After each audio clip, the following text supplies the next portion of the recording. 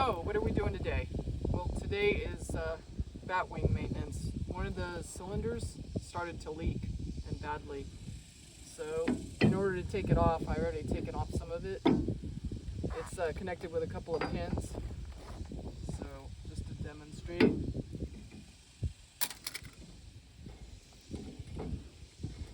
You just pull the pin, and off it comes.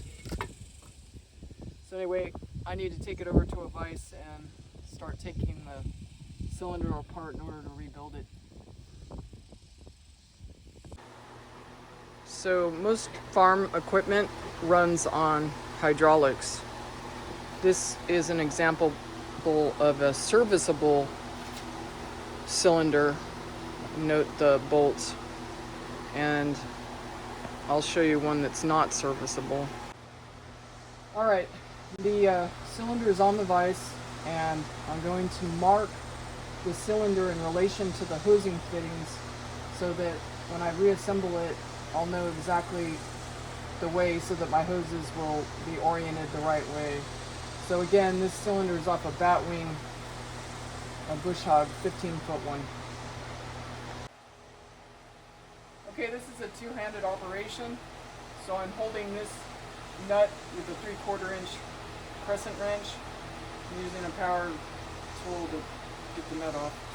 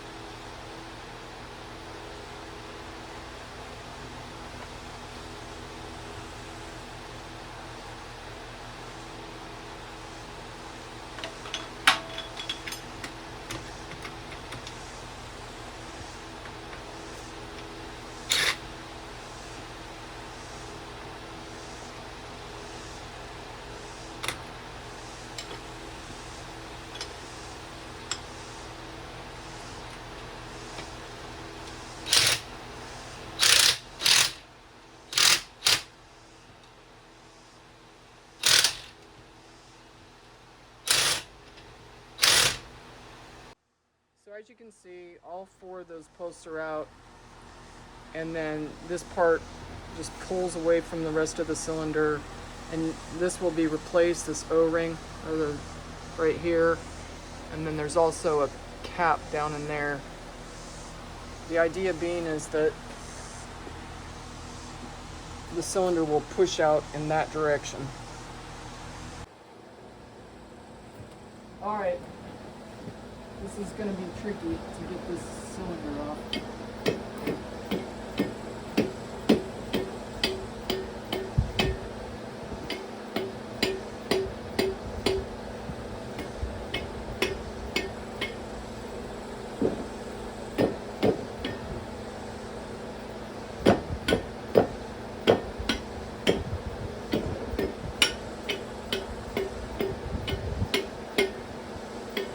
Alright, I wasn't too successful at using the hammer to get the cylinder off, so it got put back into the vise, and the idea is that you don't want to cause any damage to any of the cylinders. So you use, you know, not a real hammer, but something that will deaden the blow. And just so you know, this is a mess because there's always remnant hydraulic fluid. Okay, moment of truth. All right, there you go. There's the cylinder off, and here's one of the plungers. That's the end cap. The scraper ring fell apart, and that's why the hydraulic fluid was gushing out of the cylinder. So on this side of the cylinder, there's 3 O-rings. That comes in a repair kit.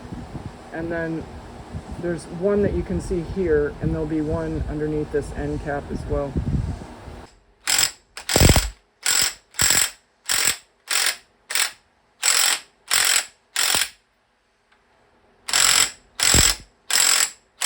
Well, the battery operated tool didn't do it, so the big guns is air compressor driven tool.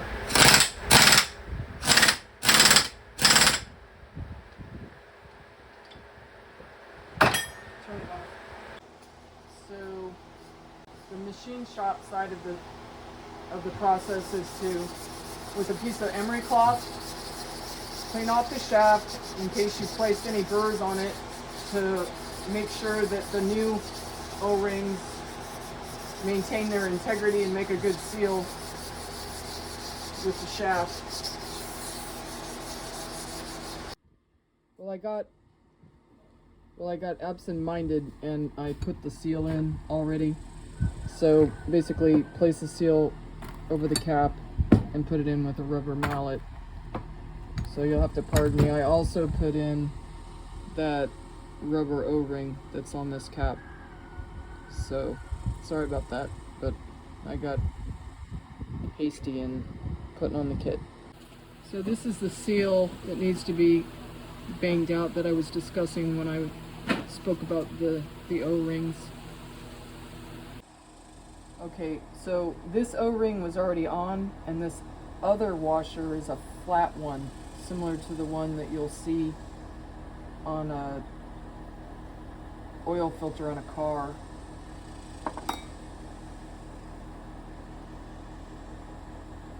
So the trick here is to not break it.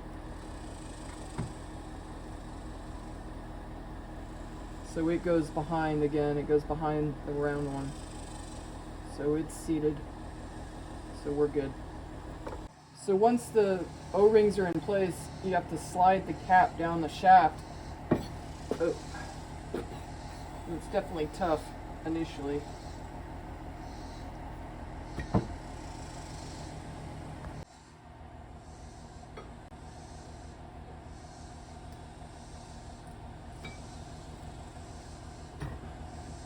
So initially putting the cap back on the shaft is a little bit difficult, but then it slides a lot easier.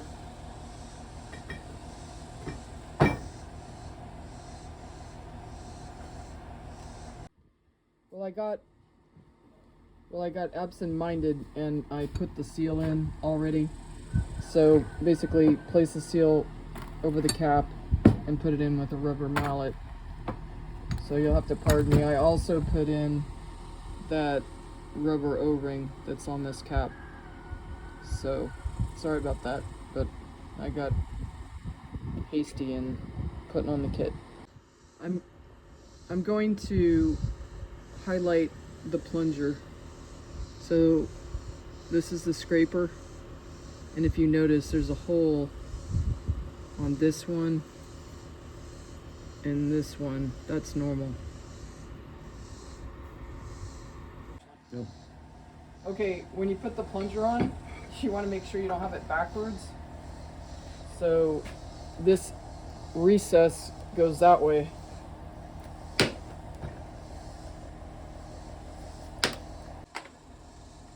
The plunger won't automatically go down the shaft no matter how much you try to persuade it, so you have to use the nut, put the nut on, power tool.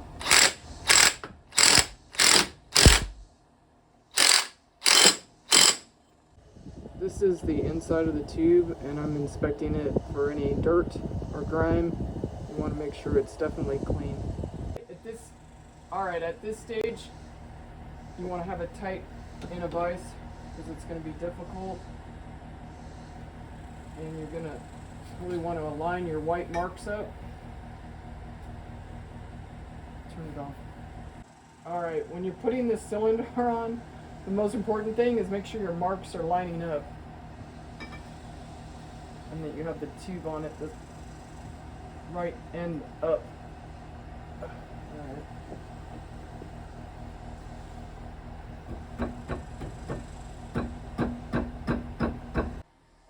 Alright, I'm making sure the marks are aligned and I get the cylinder in place evenly.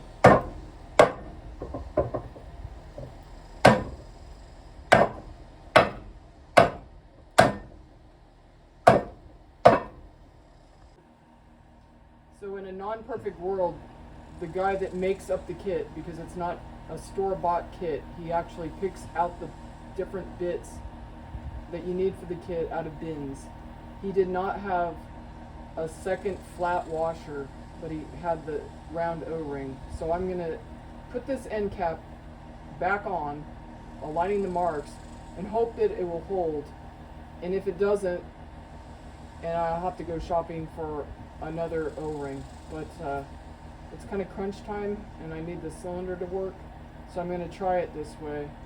So in an ideal world, you'd have the round washer and the flat washer on the inside right here.